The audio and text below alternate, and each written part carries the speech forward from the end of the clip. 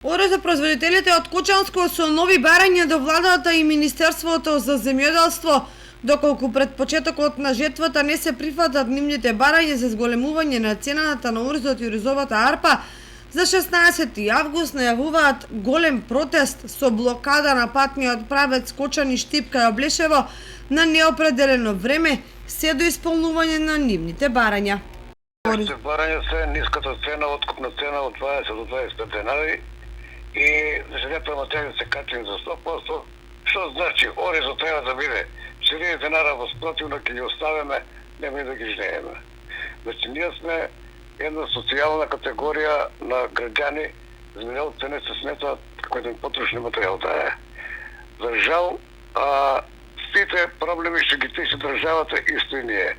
Не ми нека каже, не дојдете во селото, змија со едно дрво не може да утепаш. Значи не сме во состојба огромна дрво. За Скопје се решават проблеми со газ, со маз, државата дотира, на земјоделците никој не ми помага. Ние ја спасуваме социјалата, останавме социјални случаи.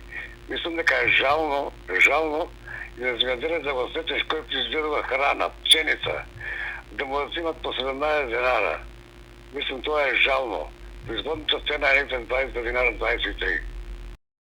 Со двојно зголемена цена на нафтата и покачани репроматеријали за 100 и 200%, производствените трошоци далеко ја надминуваат актуелната откупна цена за арпа и белорис. Затоа до почетокот на жетвата бараат средба со премиерот или министерот за земјоделие на која ќе отврдат откупната цена. Јас денеска испрати и до министерот Ковачевски, и до премиерот Ковачевски, и до министерот Николовски да не примат. Во колку не примат, не разговараме. И ние ќе се организираме малку подобро и процесите ќе трајат на неодредено време се док не се исполнат нашите барања. Што значи може и 10 и 15 дена кои не блокира цела Македонија.